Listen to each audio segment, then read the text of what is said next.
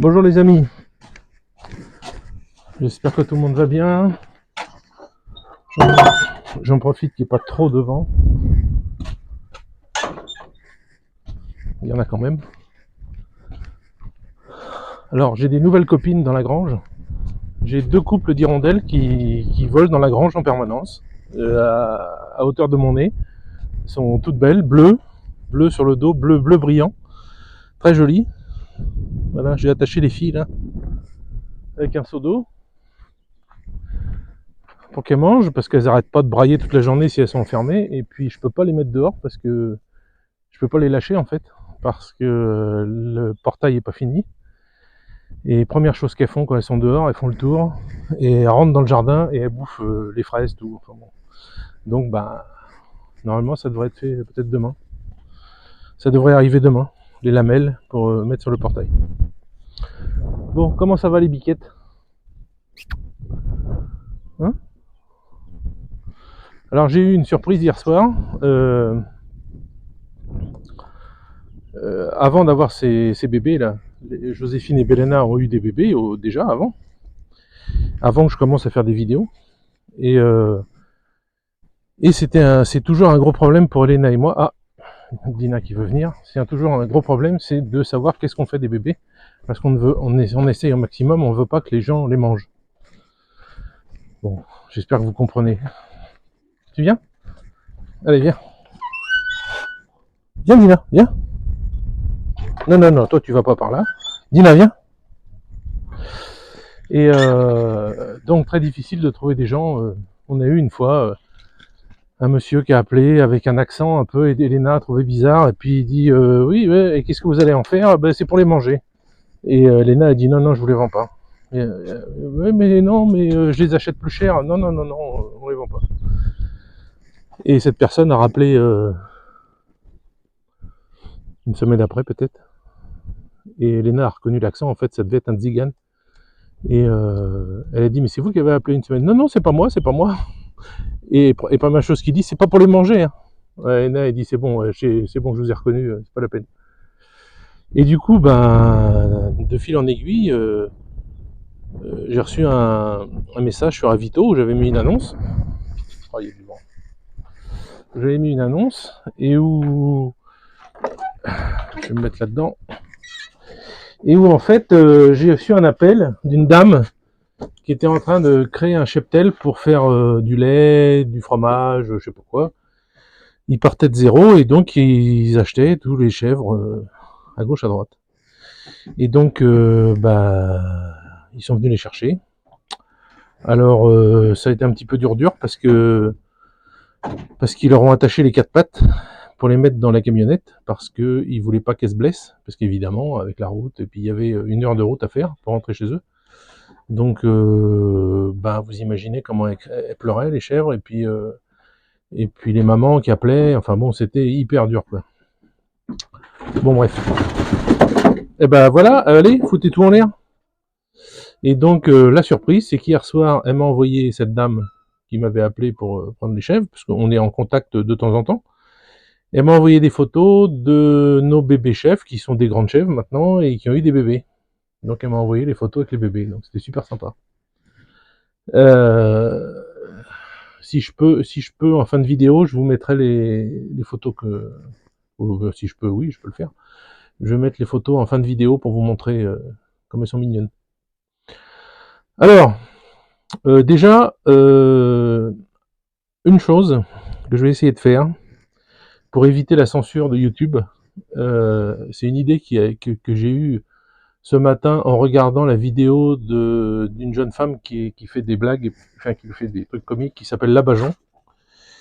Et elle est censurée par YouTube aussi, et elle a décidé de pratiquer une méthode. En fait, elle change tous les noms par quelque chose qui fait penser d'eux.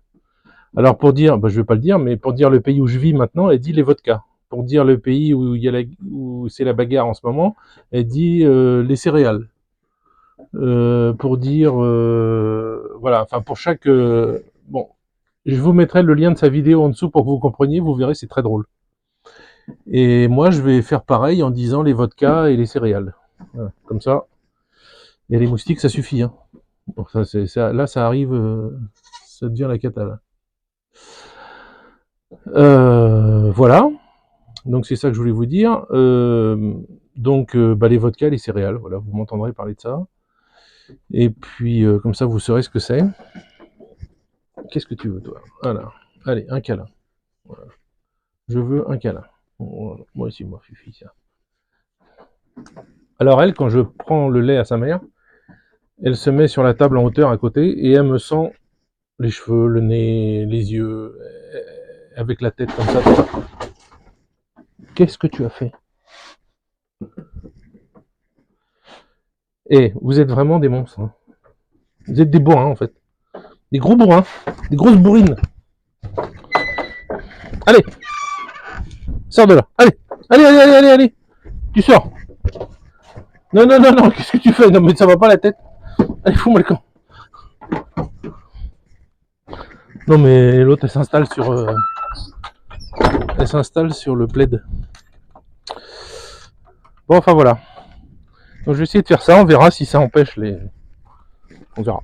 Bon, vous remarquerez que je ne donne plus de nom aux vidéos en marquant village vodka sur le titre des vidéos. Je mets VR maintenant et apparemment ça passe. C'est ça qui bloquait. Enfin bon, je sais pas, ils sont pas bien dans leur tête. Je sais pas, c'est complètement bizarre. Donc voilà, qu'est-ce que je voulais vous dire d'autre? Je voulais vous dire que chez nous il fait très beau, très très beau. On a un ciel sans nuages. Alors je vois des nuages tout au fond, loin loin là-bas. Alors ils parlent, j'ai vu qu'il y avait 24%, c'est pour ça que j'ai mis les chèvres là. Ils disent 24% qu'il y a de la pluie vers 13h. Bon, 24% c'est pas beaucoup. Qu'est-ce qu'il y a, Jojo? Tu t'es enroulé avec la corde, c'est ça? Et tu veux aller boire de l'eau. C'est ça que tu veux? Hein? Qu'est-ce que t'as été me faire encore? Vous savez, les chefs, c'est 3/4 du temps, ça fait des bêtises. Et le quart qui reste, ça réfléchit à quelle bêtise elle va pouvoir faire. Alors en plus, là, je l'ai mise sur un truc. Non, non, c'est toi qui viens. Allez, viens par là. Allez, tu fais le tour, tu tournes. Tu tournes dans l'autre sens que ce que t'as fait. Allez. Voilà. Allez, on tourne. Allez, on tourne. Allez. Ah bah oui, tu t'es enroulé, qu'est-ce que je te dise? Voilà, puis elle s'est bien enroulée. Allez, Jojo. Allez. Allez. Oh la vache. Jojo, tu viens? Oui, mais si tu m'enroules, moi aussi, ça va pas le faire. Hein? Ma fille. Allez, viens. Encore un tour. Bon, elle s'est détachée. Joséphine, Jojo. Ah, la purge.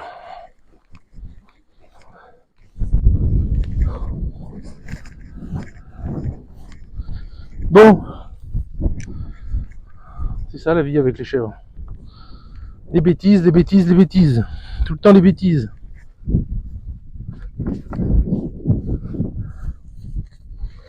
Il faut s'en occuper comme des bébés en fait. Tout le temps. Alors là, elle est partie, je ne sais pas où. Voilà, elle est bloquée par la porte.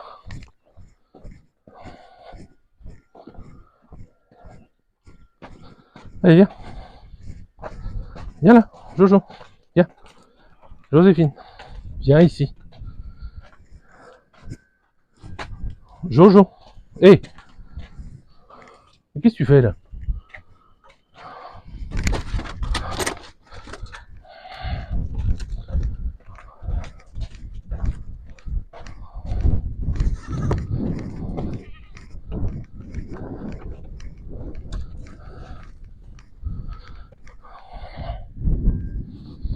Bon.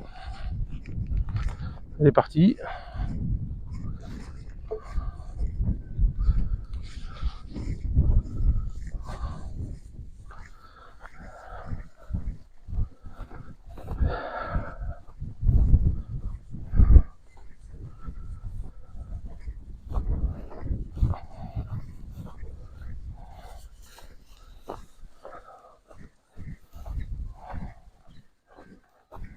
obligé de courir derrière. C'est comme ça à chaque fois.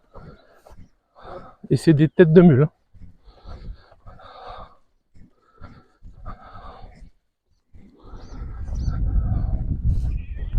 Où tu vas? Jojo, où tu vas?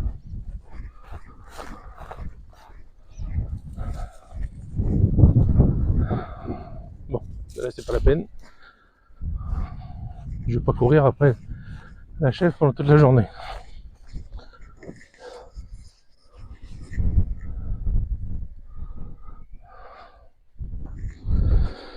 Ah là là. Bah Dina, tu pourrais faire ton boulot, hein.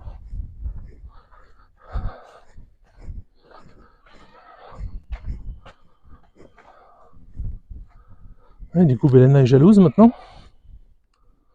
Parce que ses bébés sont partis aussi.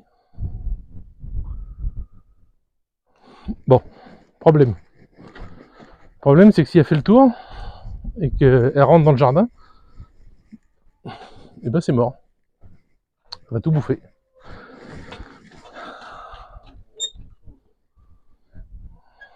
Bon, il n'y a pas moyen.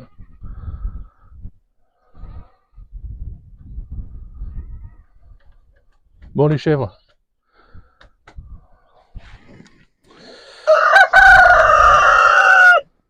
Bon, bah écoutez, je vais être obligé de vous laisser parce qu'il faut que j'aille la chercher, sinon ça va pas le faire.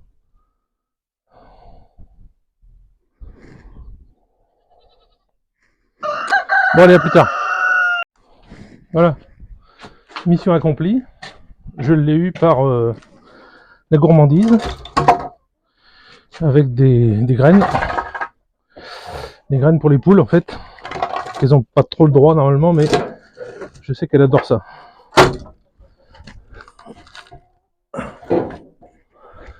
Donc voilà.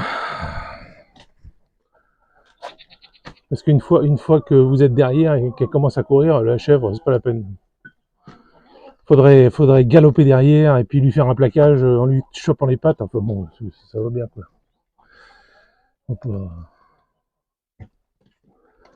Ah, le mâle qui commence à faire son travail de mâle.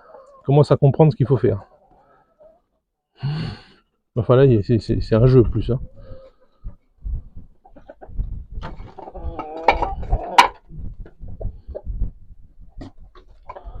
C'est tout? Ah bah dis donc, c'est rapide. Hein. Tac tac tac et c'est fini.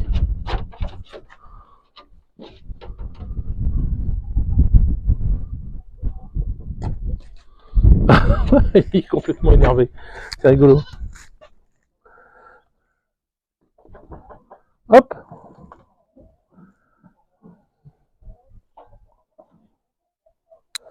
Bon, enfin voilà. Donc, qu'est-ce que je pourrais vous dire de plus sur les vodkas et les céréales?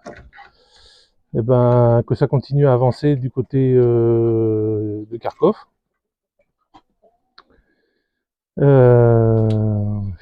Qu'est-ce que j'ai vu? J'ai vu des nouveaux dispositifs anti-drones qui ont été mis en place par les Russes sur les tanks. En fait, c'est des trucs avec des micro-ondes. Et quand quelque chose arrive à distance, une cinquantaine de mètres, ça désactive. Bon, est-ce que ça fonctionne? Je pense que oui, parce qu'ils ont mis ça en série, donc je pense que ça marche.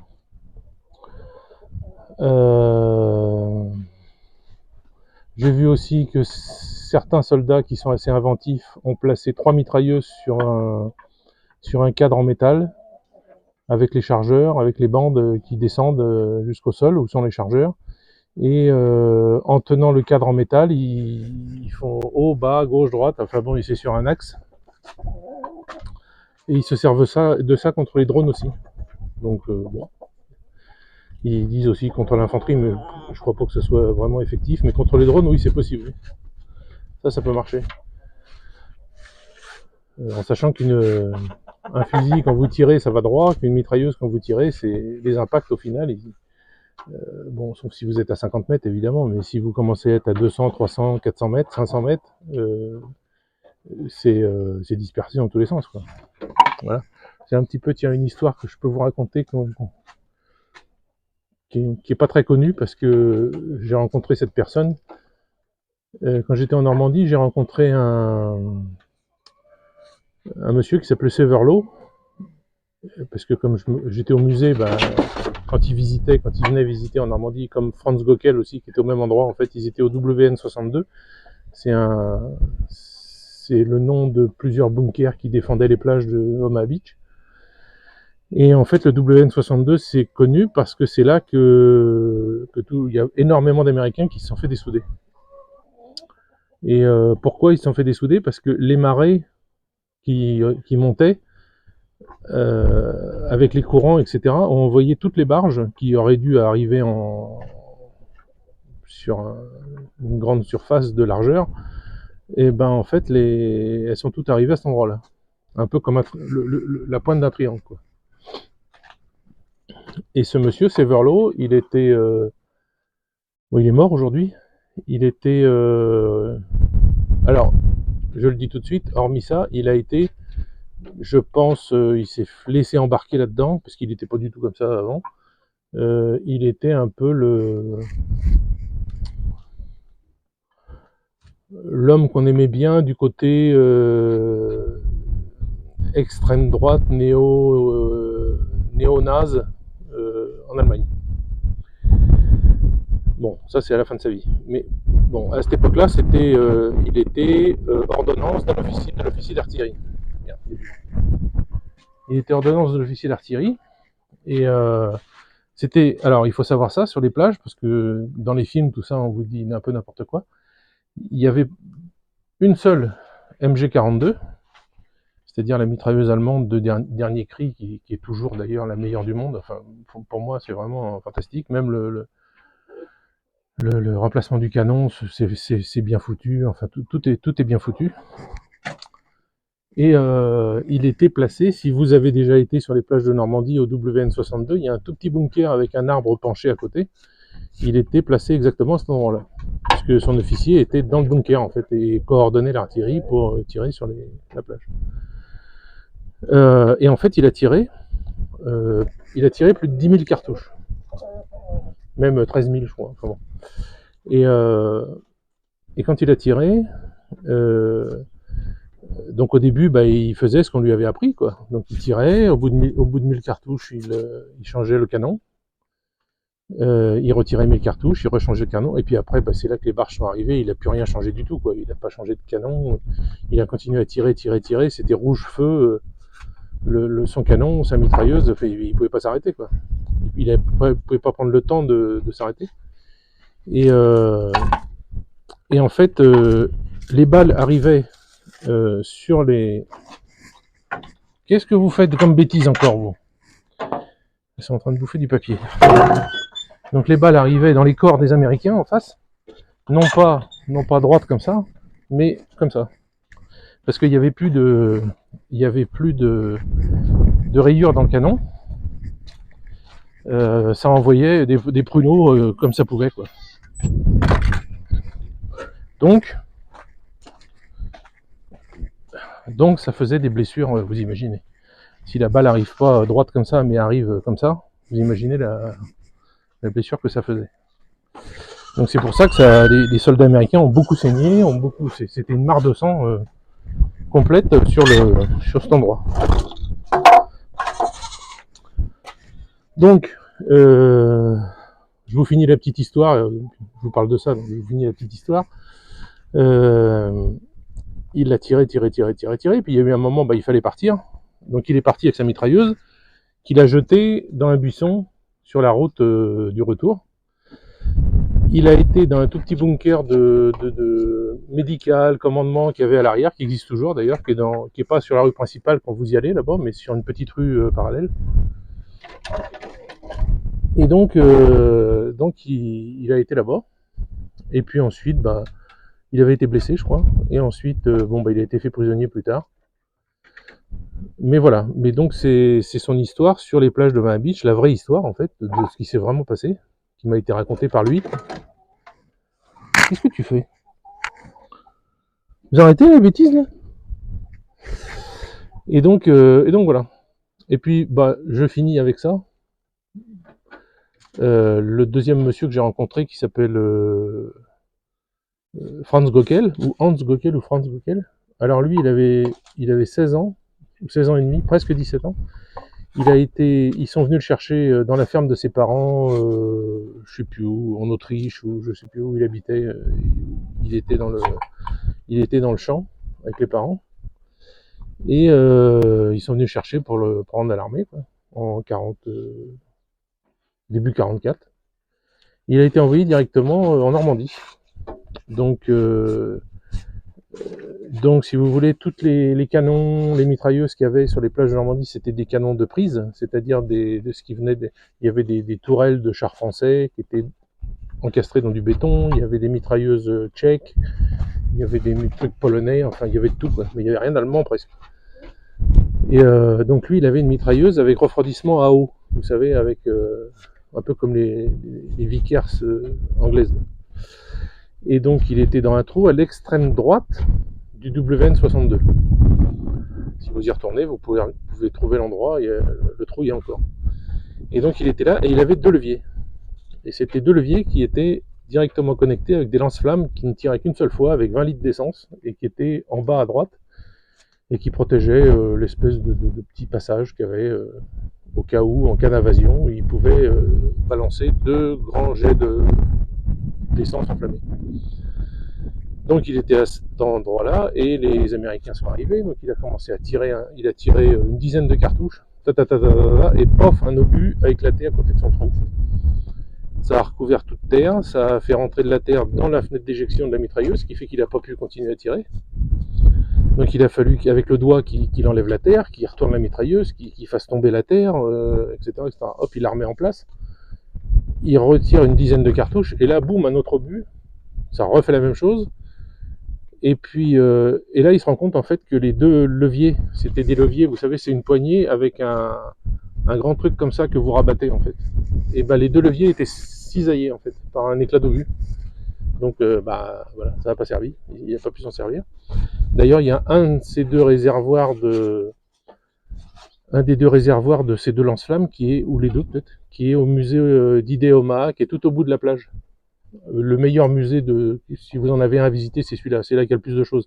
Ça fait un peu bazar, enfin si ça n'a pas changé, mais franchement, il y a vraiment des objets qu'il n'y a pas ailleurs. Et c'est de cet endroit-là que moi je me suis occupé pendant un temps de la trésorerie de l'association, etc. Bon, puisque j'habitais à côté. Donc il se rend compte de ça. Encore une 3e fois, encore un autobus qui éclate, qui refait la même chose, qui remplit de terre son trou et puis en fait qui empêche la mitrailleuse de tirer. Donc là, du coup, il est parti. Il est reparti à l'arrière, voilà. Et il a écrit des livres sur tout ça. Severlo aussi, je crois qu'il a écrit des livres. Mais voilà, ces 2 hommes à qui j'ai parlé, c'est comme suite au film, la série américaine, vous savez, qu'il y avait eu sur le débarquement, qui était bien foutu. Comment ça s'appelait je me rappelle plus. C'était l'histoire des parachutistes en fait, américains en Normandie. Band of Brothers, voilà. Et bon ben, les commémorations de Normandie où je participais en tant que flic, moi, où il y avait les vrais. Pas les acteurs, mais les vrais, les noms dans le film, c'est des vrais noms, et les vrais mecs, ils étaient là, quoi. Enfin, ceux qui restaient, du moins, qui étaient vivants. Et pareil, j'ai pu discuter avec eux. Bon, c'était assez bref et classique, quoi, mais rien de spécial, quoi. Mais bon, c'était sympa de pouvoir discuter avec des gens qui ont vécu un moment d'histoire historique, quoi. Un truc incroyable, quoi. Enfin, je conseille à tous ceux qui veulent rentrer dans la police ou la gendarmerie que dès qu'ils voient des télégrammes, et c'est ce que je faisais, dès qu'ils voient des télégrammes qui disent on cherche des volontaires pour tel truc, et faites votre rapport et demandez. Franchement, c'est génial à chaque fois.